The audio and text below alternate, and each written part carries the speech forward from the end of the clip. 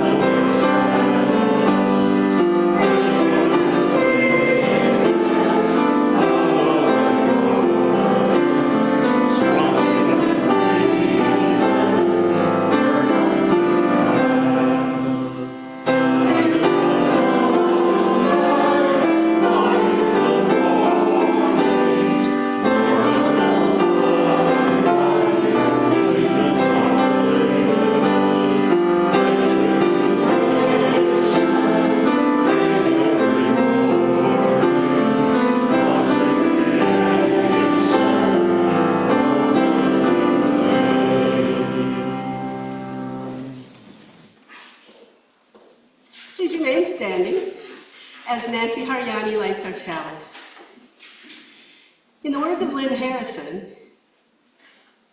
committed to respond to the call of a wounded world, we join together this day with loving hearts, hands, and minds. Embracing the interconnected web of water, air, and earth, we light a fire of sustaining hope, ever bright with love and justice. May we bring forth this day new wisdom, strength, and courage to create a new world, not of wealth, but of well-being. A world of new peace and abundance for all. As we give thanks for this earth, our shared and singular home, may we dedicate ourselves to its ongoing care. Rising to the calls deep within us and all around us, may we respond today and always with courage and with love.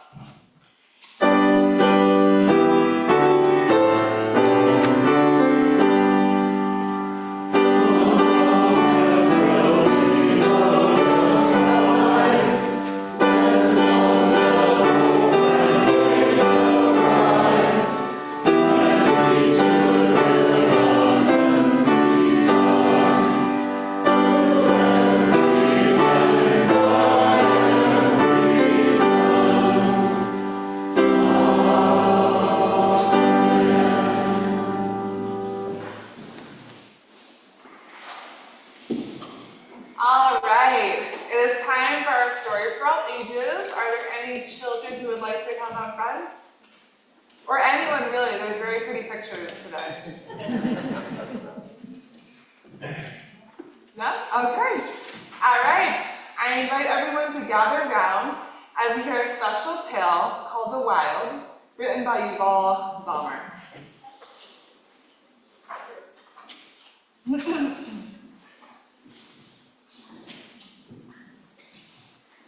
Once upon our time, somewhere not far away, was the wild.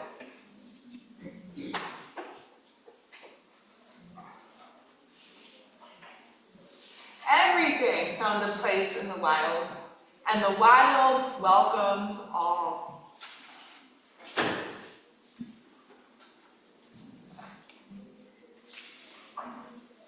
The wild was vast. It stretched from the shallow shore to the deep ocean.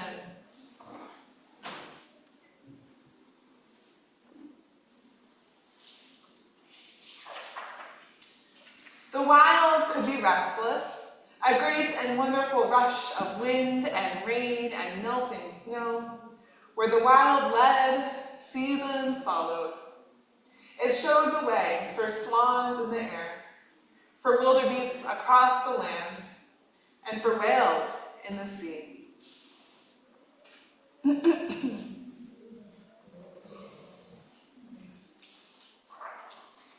The wild could be still.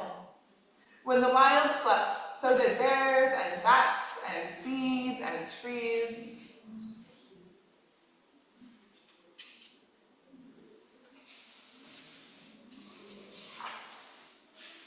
The wild always wanted to give. It gave twigs for sparrows to make their nests, earth for foxes to dig their burrows, and everything people needed for their homes.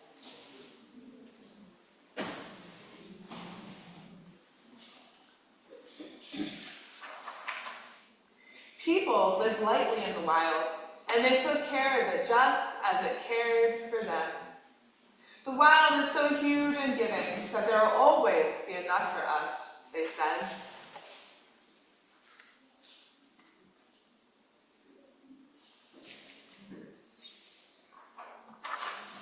But as time went on, people began to care less for the wild, and they took more. They plowed and mined and drained. They burned and dumped and built.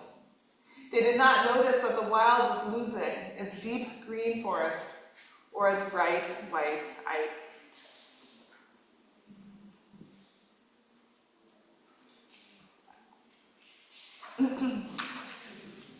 One day, a child looked out his window, and he saw that something had changed. Why does the wild seem so weak, he asked, but nobody listened. What if the wild is unwell, he asked.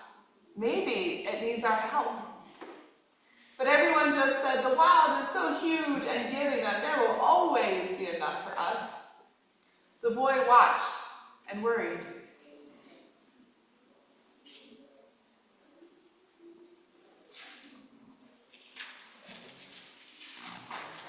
And then, one day, the wild was no longer able to give. What the wild needed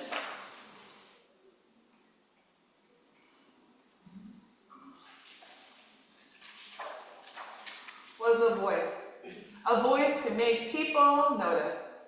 This time, the boy was not afraid to speak. Stop, he said. We are hurting the wild.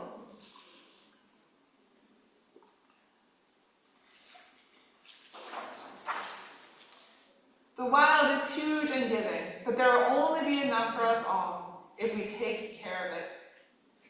The boy's voice was joined by many others, and their words were loud and clear.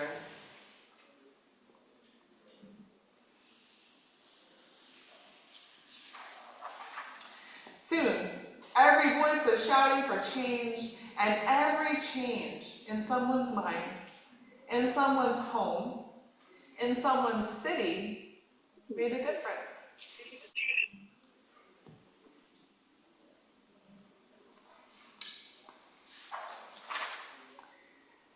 The changes filled the wild. It stretched its wide arms across the seas. It shook its leafy hair and breathed fresh air once more. Very slowly, the wild was able to give again. But this time, nobody took without giving something back.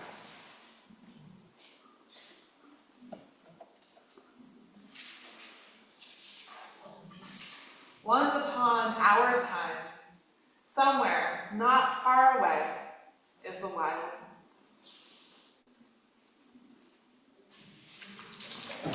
Thanks for listening.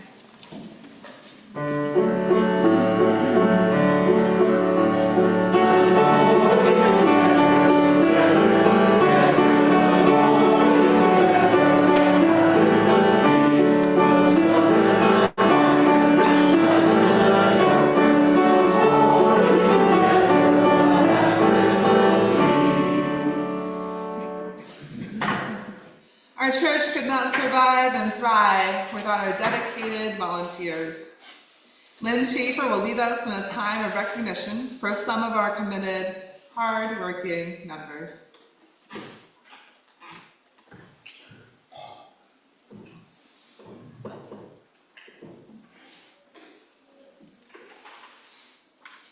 Good morning.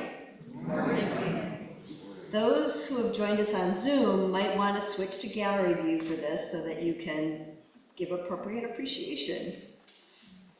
I'm Lynn Schaefer, and I'm here this morning on behalf of the Leadership Development and Nominating Committee to recognize contributions of so many of our members in moving our home base, aka our offices, from Park Avenue to the Courthouse Square complex.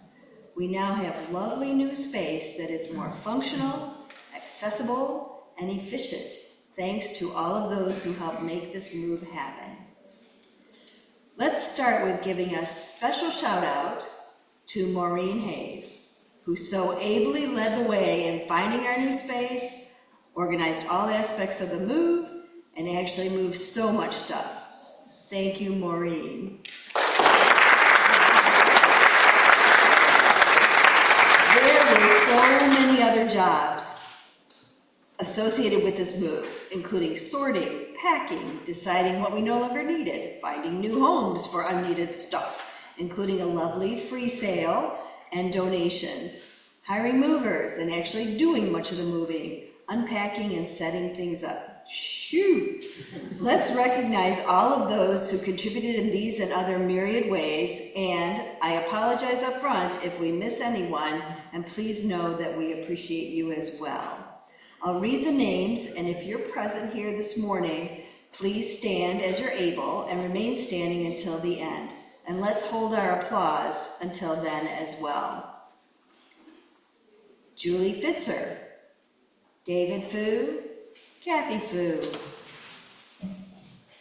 Evelyn Grimm, Ken Grimm, Nancy Hariani, Ostara Holyoke, Dasha Kalamuk, Angela Lesperance, Kathleen Rasmus, Dot Rockstro, me, Reverend Jane, Eric Smith, Chris Tasowski, Joe Tasowski, Dan Malone, Cindy Williams. Let's all give them a round of applause.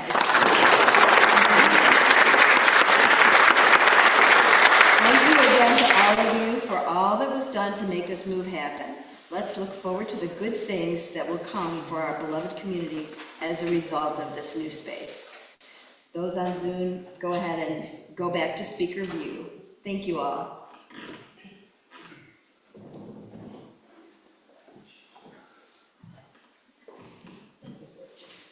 Thank you, Lynn, and thank you to all of our beloved and dedicated volunteers who make church life happen. I'm so deeply grateful for each and every one of you.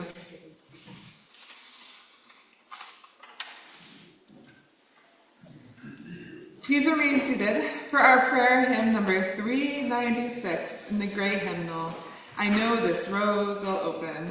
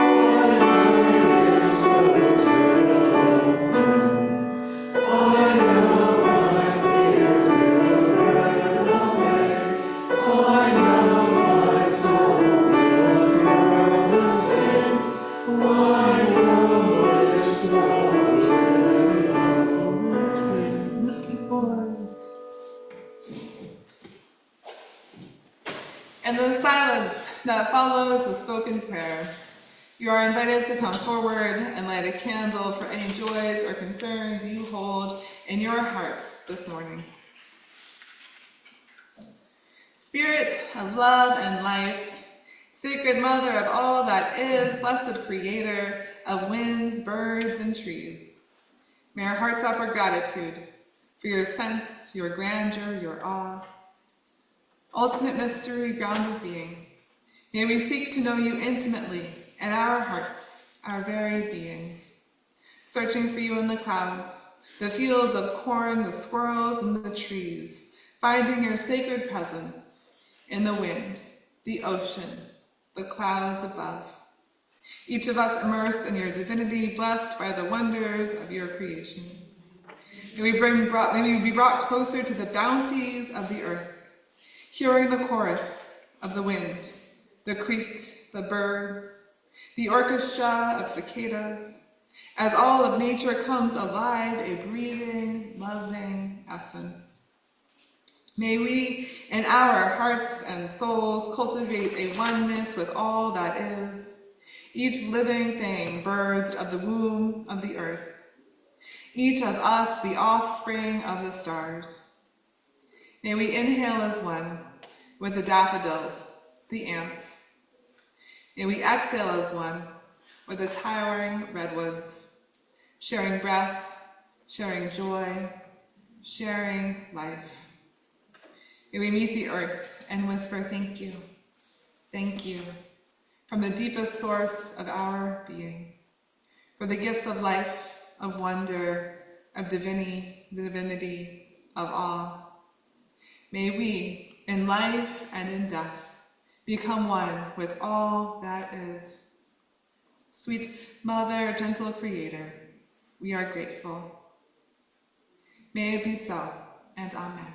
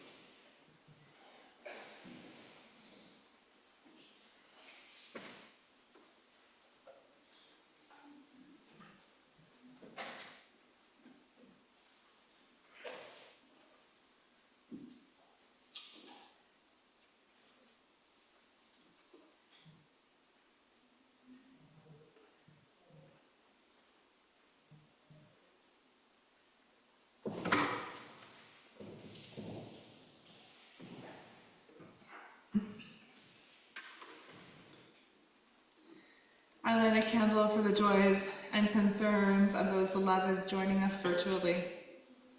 And I light a final candle for all else that we hold in our hearts and our minds this morning. If your heart is hurting, know that your community is here to help, as am I. Please reach out with any needs.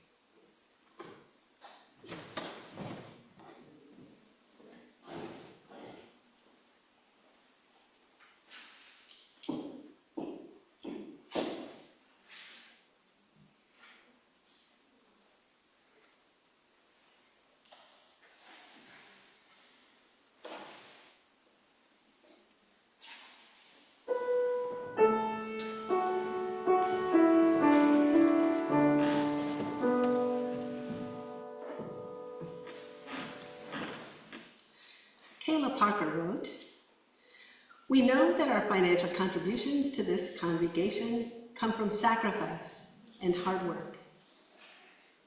We are so grateful for this and commit to ensure the funds we gather collectively do a greater good for ourselves and our world than they could have done alone. May there be an offering to sustain and grow the life and mission of this congregation. May we give in love and in hope." For those of you watching the service online, you may contribute to a virtual offering plate using the donate button on our website or by mailing a check to the new church office. The address will be posted in the chat box. Will the ushers please come forward?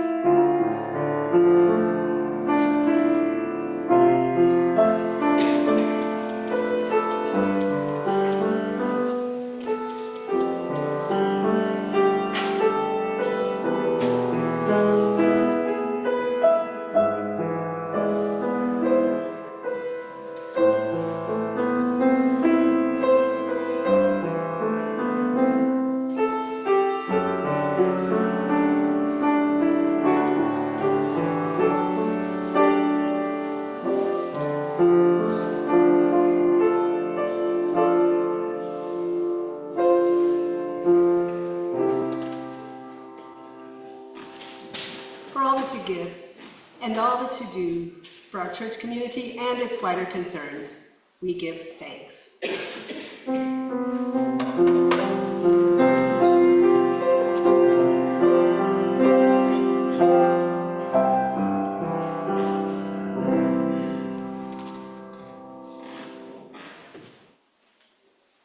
Our first reading is "Capitalism is Killing the Planet" by George Monbiot.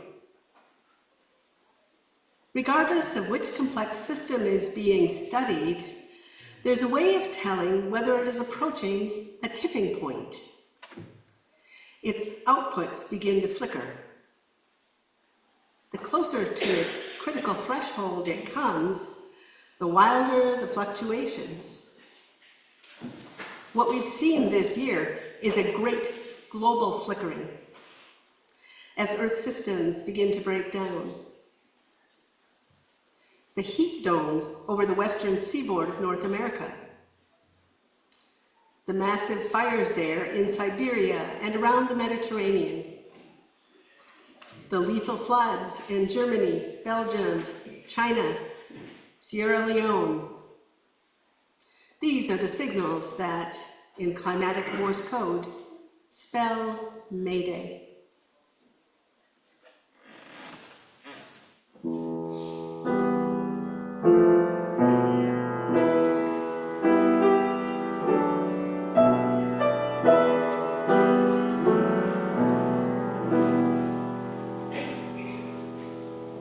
The Redwood by Jean Foster.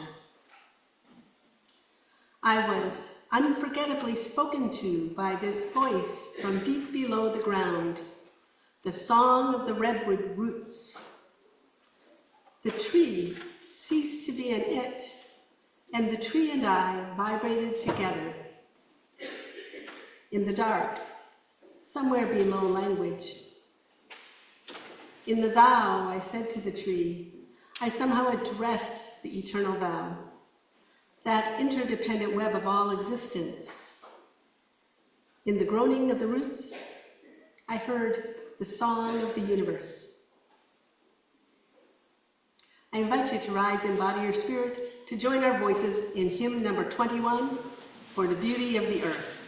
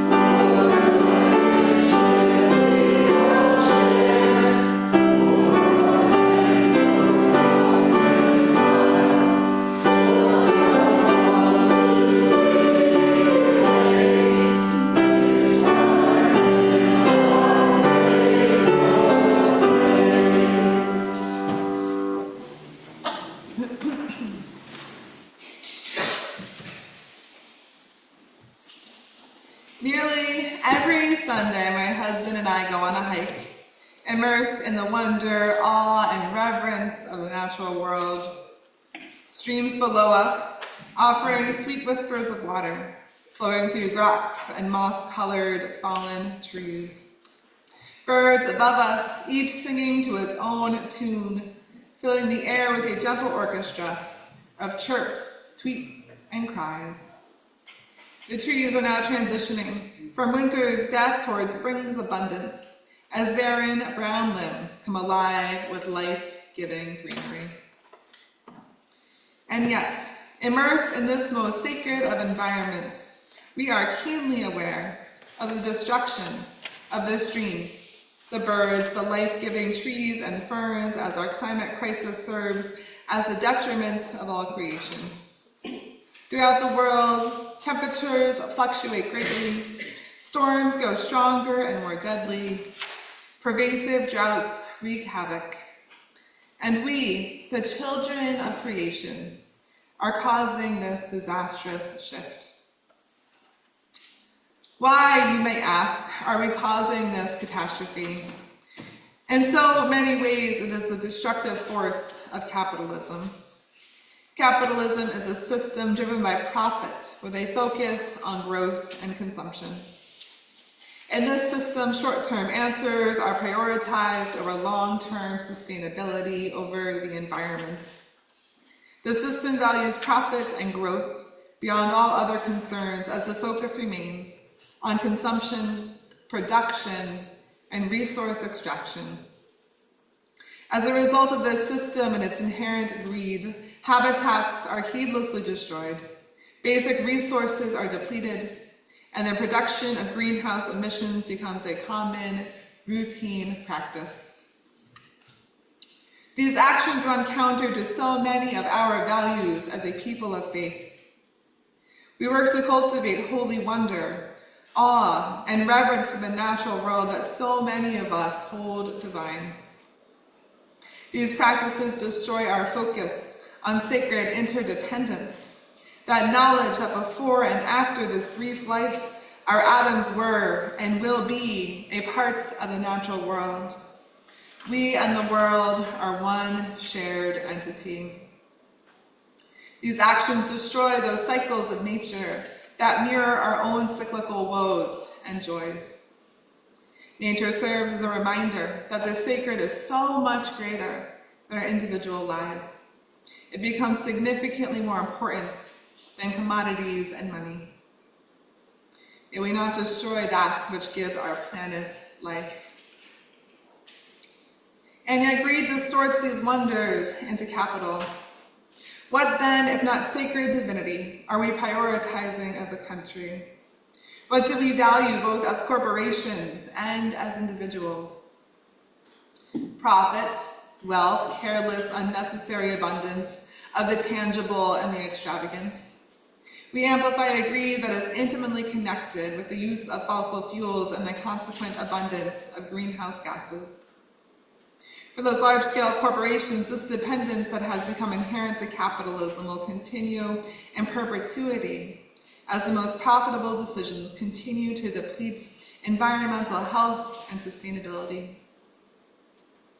Through written word, author Wendell Berry highlights those questions that speak truth to the conformity and obedience and passivity of the masses.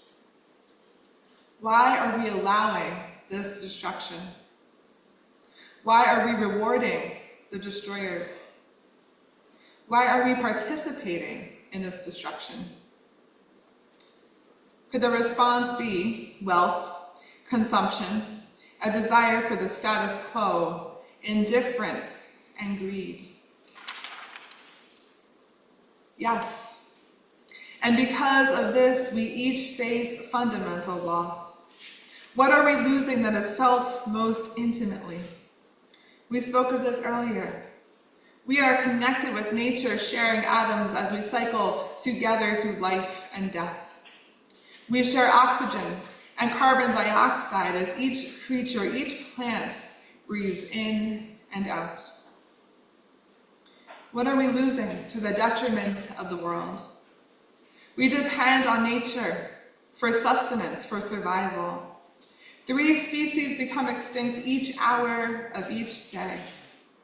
We are entering the world's 6th greatest mass extinction, an extinction unique as it is caused by one solo species. Every living thing is affected. Our views on the climate crisis are distorted as we are fed a single story from those in power. A recent survey found that when asking those of the general population what the greatest factor for river pollution is, the overwhelming response was litter and plastic. In actuality, the biggest source of water pollution is farming and sewage, and yet litter is a story we know. This single story diverts any political pressure from the producers of greenhouse gases to the consumers, increasing wealth of corporations while misrepresenting the truth that is fed to the masses. Corporations are destroying the planet and are not being held responsible. They are the detriment of our home, this earth, and yet they are able to avoid the blame. Our precious only world is falling apart. I would assume anyone's response to this crisis to be far different than our current reality. An assumption would be that we respond to this catastrophe by immediately and decisively changing our relationship with the natural world. And yet, as rivers become toxic, as glaciers melt into the sea, As our car exhaust infiltrates the atmosphere, little is being done to reverse our relationship with Mother Earth. If we take, may we give in return. If we take, may we acquire only that of which we truly need. May we not focus on profit, but on the sacred gifts offered to us by all things natural and divine. May we offer thanks each day for the beauty of abundance, reshaping our relationship with all of creation from one of extortion to one of awe and gratitude. How does all of this run contrary to our principles? Let us reflect first on our interdependent web of life. Each extinction, each extortion, each greedy act is felt by every being dependent on the natural world. It affects each of us. It intimately influences all that is and all that ever will be. The descendants of all creation will feel these losses acutely. We rely on the earth working in harmony, ecosystems supporting one another, species sustaining one another, plants offering nutrition and oxygen and shelter, animals offering sustenance, spreading seeds and pollinating plants. All of these things intimately depend on one another. We are likewise connected to our human siblings, feeling the detriment of loss in fires, hurricanes, droughts, and floods. Our web is being torn apart at the core as our sacred balance, maintained throughout millennia, is transitioning to chaos. Let us focus on the inherent dignity and worthiness of each individual on this planet we call home. In our faith, everyone is deserving of care, compassion, empathy, and love. Everyone is entitled to basic human rights with an ability to flourish. And yet, the climate crisis tied together with capitalism overwhelmingly causes detriment to the marginalized of this world. The least of these feel food and water scarcity fueled by the climate crisis most poignantly, to the detriment of entire communities. Money overpowers personhood as developed nations exploit cheap labor of the world's impoverished and use developing countries as a dumping ground for hazardous waste. People lose personhood. Imagine living in thirst, in hunger, traversing one disaster to the next, while living alongside the garbage of the world. Those in marginalized communities lack financial resources to recover from floods or hurricanes, which are becoming all the more frequent. Whole communities are destroyed. What more leads to detriment?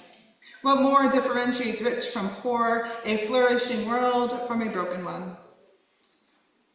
These aching beloveds reside in communities most susceptible to natural disasters such as flooding.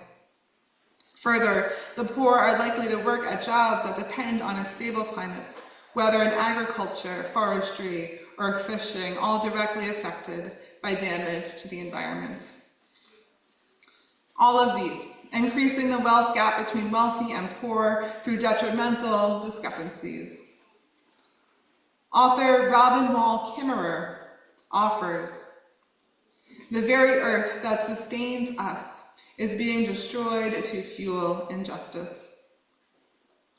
This blessed planet provides us all we need to survive and thrive, and yet we are demolishing this gift, this sustainer, this culmination of all things holy. In doing so, we sustain and feed systemic injustice, the wealth gap perpetuating worldwide poverty, and likewise the disease of excess and greed. The poor become poorer, the rich become richer. Inherent dignity is pushed to the wayside as greed outweighs the livelihood of the masses. Inherent worthiness is dismissed as money and power become more important than life. People are seen as commodities, not as siblings. Things, not as breathing, living mothers and fathers and sisters and friends. The earth is crying out. Our planet is on the cusp of a tipping point, as author George Monbiot offers. Every complex system can reach a tipping point, a threshold before destruction. The closer it gets, the more it flickers. Our earth is flickering as her systems begin to fail. What are those flickers? Heat domes over our seaboards, fires engulfing the Mediterranean, floods inundating Germany or China or Sierra Leone. The earth is crying for help, the tears of the atmosphere felt in the rain, a sigh of distress held in a hurricane. And yet we are still met with indifference, with complacency, with apathy. The wealthy focus on hoarding wealth, the masses focus on consumption, on unnecessary things or excess comforts. The news reports on frivolous distraction as floods destroy or wildflowers rage. We use energy in excess, entirely indifferent to the effects of the world. And yet, we can change our relationship.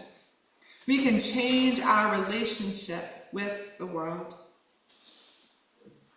What would this collective shift look like? How can we live with a change in mindset, listening to the cries of fires and floods alike? Producers and corporations would like us to focus on the small things, plastic straws and coffee cups, instead of themselves being held accountable, and yet it is the corporations fueling an overwhelming percentage of this destruction. The most important thing we can do is to make sure our collective voices are heard. We need to help facilitate systemic change. How can we do this? We join together as a sacred, powerful group of dedicated individuals for large-scale collaboration. We cannot do this alone. We need to raise awareness of the detrimental harm being done, providing this knowledge to the general population and to stakeholders alike. We need to make truthful information widely accessible. Together, we develop and implement sustainable solutions. We help to implement economic incentives such as taxations or subsidies. All of this is not to overwhelm us, but to highlight what we can do as we join together with others committed to this necessary change. And yet may we not throw to the wayside those intimate changes we can make each and every day. May we love our planet and all she has to offer. May each decision be one of intention. We can change our diet to avoid meat and dairy. We can reevaluate travel and airplanes, depend less on cars, reduce energy consumption, respect green spaces, invest money, responsibly cut back on consumption and waste. We can make a difference, beloveds. We can make a difference. Nature truly becomes most sacred when she is understood as a thou, not an it. Jean Foster writes, "I was unforgettably spoken to by this voice from deep below the ground, the song of the redwood roots. The tree ceased to be an it, and the tree and I vibrated together. In the groaning roots, I heard the song of the universe." The swaying, budding trees, the towering mountains with caps of snow, the bubbling streams, the blossoming tulips, these become living, breathing entities imbued with emotions of joy or compassion or gratitude or wonder. We inhale as one. We exhale as one, the divine breath of the universe. The honeysuckle, she smiles as we ingest the sweet scent that is her gift to the world. The mountain, he gleams with pride as we climb up his steep slopes, ourselves in awe of his grandeur. Nature tends to us, provides for us, offering sustenance, oxygen, shelter. May we, in response, offer an appreciation, a reverence, an awe that serves to lift and celebrate this divine spirit. May we offer prayers and wonder and murmurings of gratitude, offering joy and thanks to that which gives us life. The universe sings. May we hear her vibrato in a bird's song, in the sigh of the wind, the crashing of the waves. Each tree, each whale, each person intimately interconnected as the atoms of life's ancestors cycle in perpetuity from life to death to life again, from person to starfish to the first daffodils of spring. May we say goodnight to the moon and hear good morning in the sunrise. May we say thank you from our very hearts, offering quiet, personal, genuine gratitude for the blessings of life all around us. And it becomes easy to destroy. It is harder to destroy a thou, a living, breathing entity. Dear clematis, you are my sacred, beloved redwood, you are my holy. May we treat nature as divinity, for that is where the eternal essence of the universe is held. That is the dwelling of unceasing love. So may we protect her. May we nourish her. May we tend to her. May we love her. Go in peace and amen. Please rise in body or spirit to join our voices in hymn number 1064, Blue Boat Home.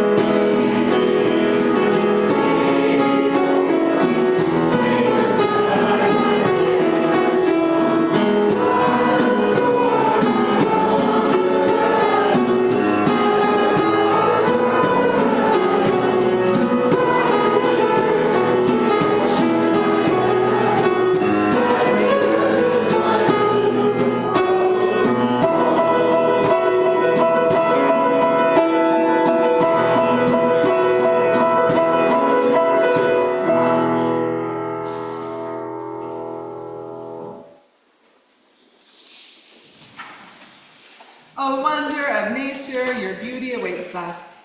We hear your blessed music, we cherish your precious gifts. May we offer you gratitude as you offer us life, the trees, the rivers joining in song. May we honor you, may we revere you, may we protect you and restore you. As we leave this sacred space, prepare to tend to our beautiful, awe-filled, suffering world. Go in peace and amen.